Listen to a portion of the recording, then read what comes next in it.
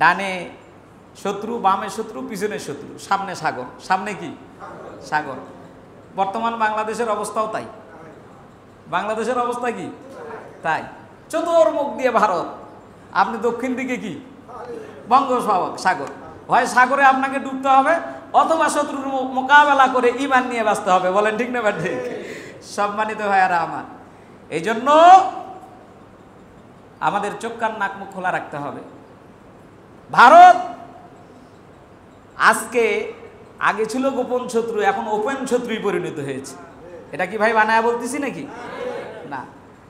আর এটা হবে কোরআনুল কারীমের ভাষা অনুযায়ী সব মুশরিকেরা, সব কাফেরেরা এবং ইহুদি খ্রিস্টানেরা এগুলো সবগুলো ঐক্যবদ্ধ হবে, আর মুসলমানদেরকে এক ঘরে করে রাখার চেষ্টা করা হবে।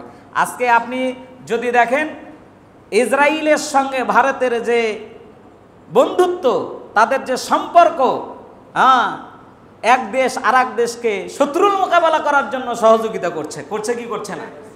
সব দিক দিয়ে, সামরিক শক্তি দিয়া, সৈন্য দিয়া, এরপরে হচ্ছে সামরিক যে সরঞ্জাম আছে এবং এই যে অস্ত্রগুলো আছে সব কিছু দিয়ে তাদেরকে সহযোগিতা করতেছে।